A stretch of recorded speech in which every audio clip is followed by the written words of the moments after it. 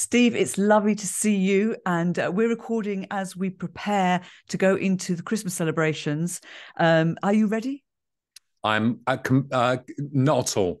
I've got two. I have two very unneedy daughters who I constantly ask them, "What do you want for Christmas?"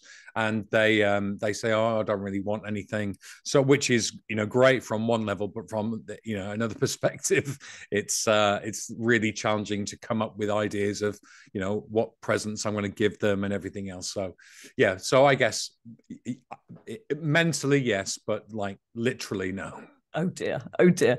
Okay. Well, listen, let's tackle something that's easier than trying to find gifts for the daughters then. Let's talk about storytelling. And why is it such a popular topic at the moment? Everybody seems to be saying that storytelling is really important. Why is it so important?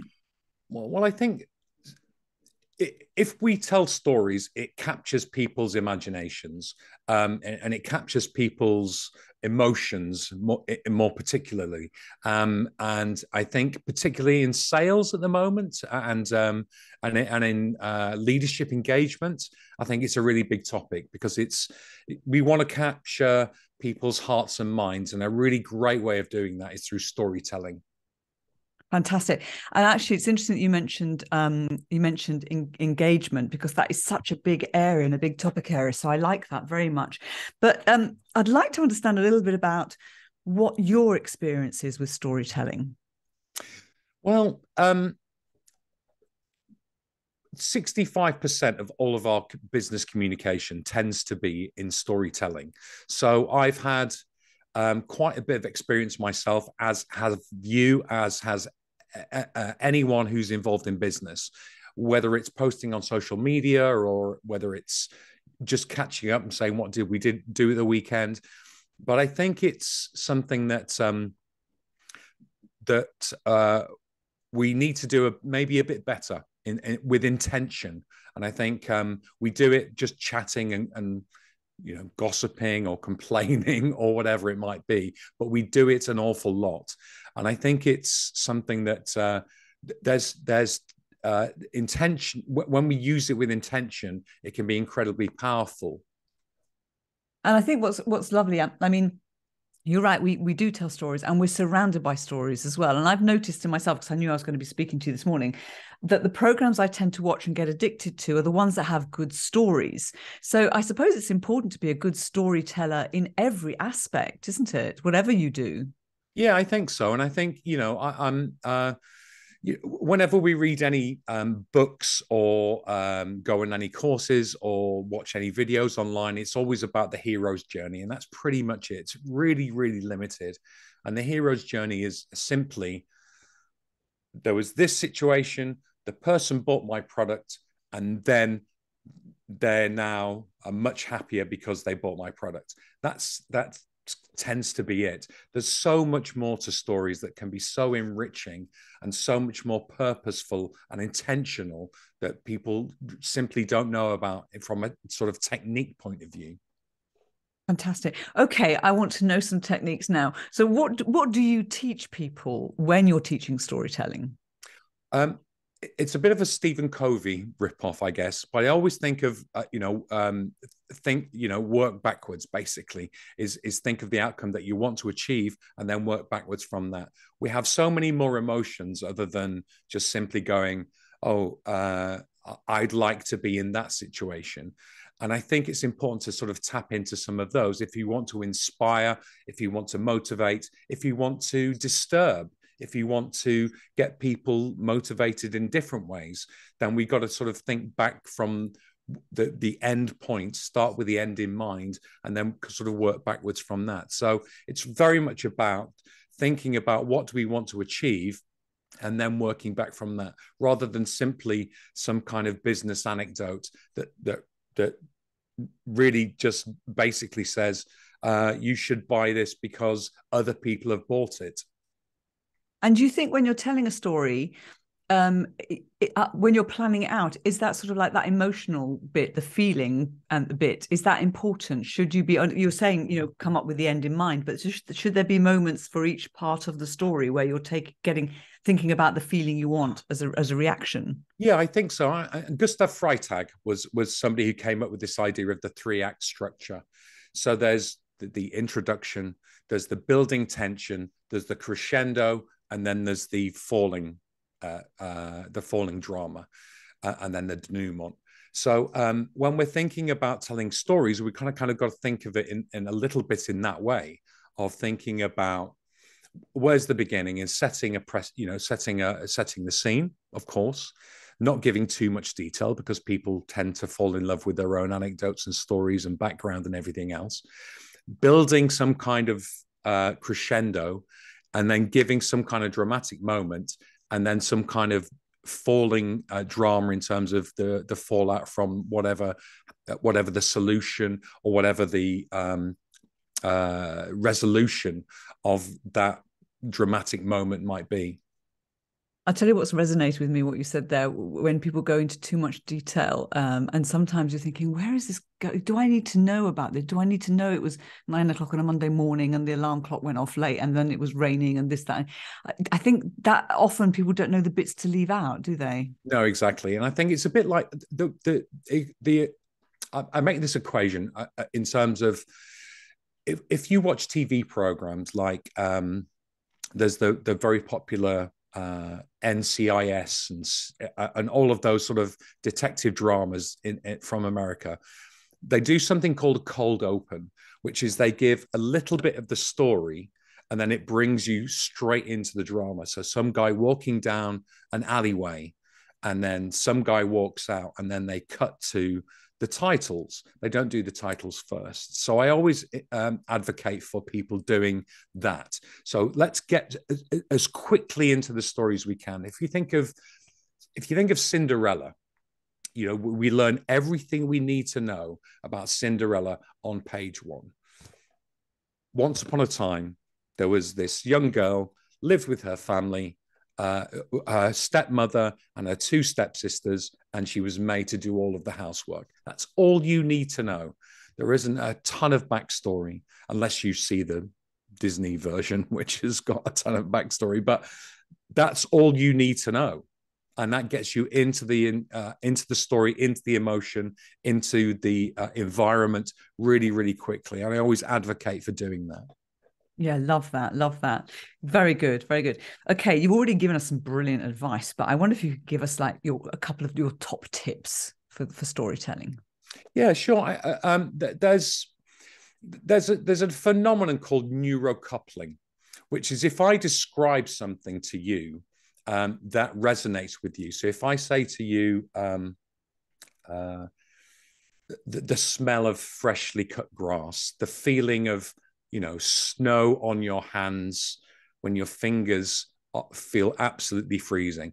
There's something that happens because I'm describing it in my mind and I go into that process and it instantly resonates with you, hopefully, as long as it's not too detailed. And I say it's, this type of grass or, in this specific environment. If I give you enough sensory detail, the phenomenon that happens is you instantly, and this has been measured by in MRI, and there's some very much cleverer people who've charted this phenomenon.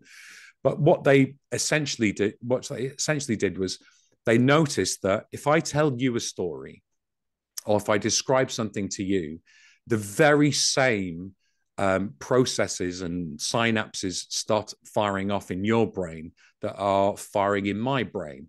So there's this real instant, almost kind of, it's called neurocoupling, but there's this connection that happens between us. So using sensory detail is a really big thing.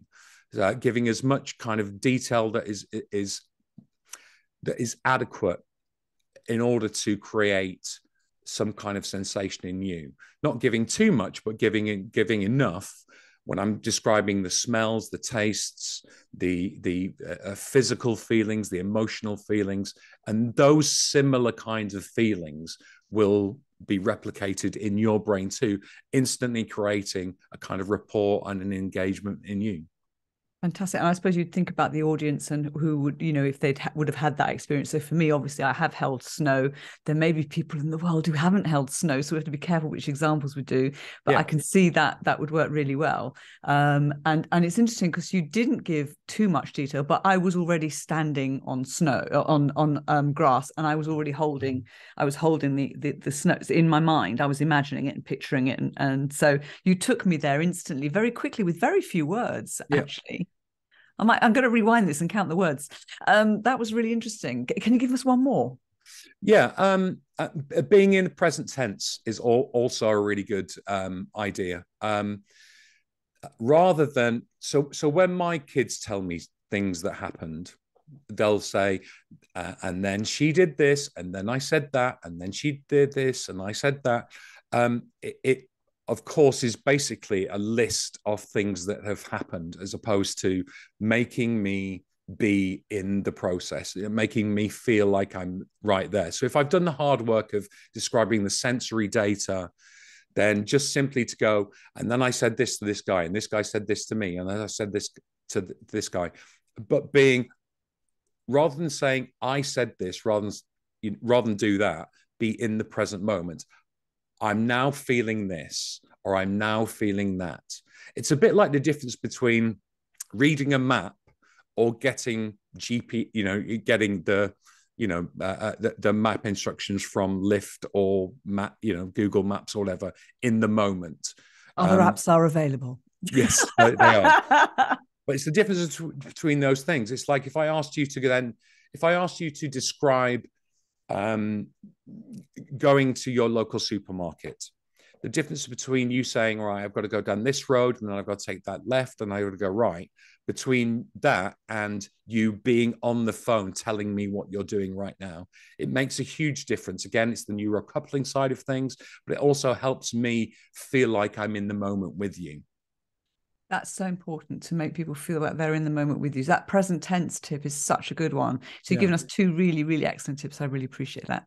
Now, we heard something in the introduction, which always gets my attention when there's some interesting figures, in that you, in your previous work, went from 7 million turnover to 63 million turnover in 3 years.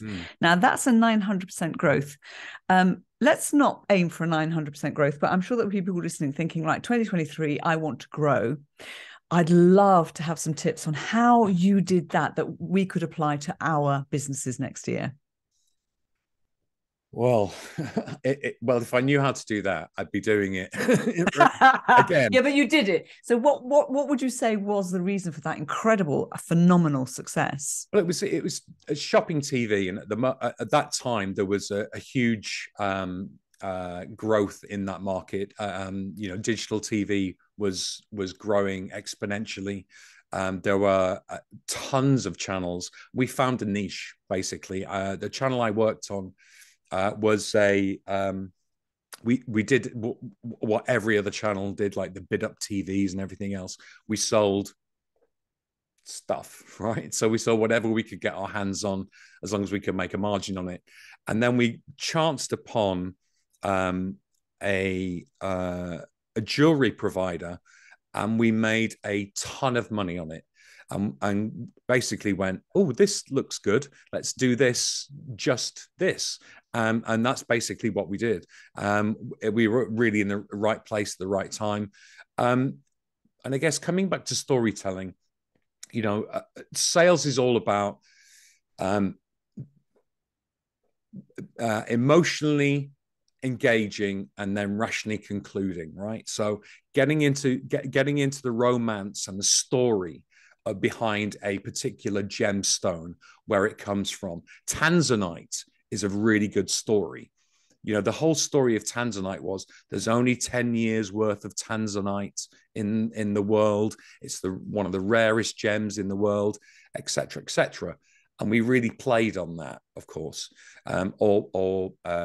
Paradacious sapphire, or whatever it might be. And we'd really played on that, and we really made sure that we focused on the romance and the story. So emotionally initiating the sale and then rationally concluding. And we'd have people who, we tried to be friends in people's living rooms. So people would have us on literally all day, and people would spend a ton of money with us.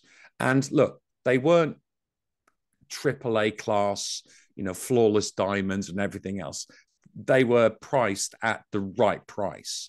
They weren't the best gems in the world, but they weren't the worst. But then it enabled people to buy a sapphire or an emerald, and it was a genuine gemstone set in genuine gold and everything else. But we were kind of in the right place at the right time, and we really captured people's imaginations. And I think a lot of it was down to the romance of storytelling, really. I love that. I've made some notes here how we can apply this to our business. First of all, I've made a note for my Christmas list. I've written down Tanzanite. So Santa, that's going to be on the top of the list. No, so what I've picked up is to really niche down and focus on what works, which I think is such good advice. Get rid of everything else, focus on what's working, niche down. And people often are scared to niche and have that emotional story that with the rational outcome and also the right price. I think that's, so I think for all of us, there's a really great lessons. Did I miss anything there? I don't think so, no. I think those are such good lessons that we can apply. So you were saying, I don't know if I could, you could definitely do it again. Absolutely. So if anybody wants someone to help them increase by 900%, talk to Steve and he will help you find that story to emotionally engage and then to get that rational decision and maybe tell you where you can buy some Tanzanite too. Tell me, Steve, what would you like to leave us with? What final thought? We all tell stories every day. As I said, 65% of our communication business-wise is involved in storytelling, and we could all improve, and we could all do it with more intention, with more purpose, and with more effect. Being able to engage people, to motivate people, and to move them towards a positive conclusion for both parties. Storytelling is a really lovely way of doing that. All leadership is personal, and if I don't know who you are as a person, then I don't know who you are as a leader. And storytelling is a wonderful way of doing that.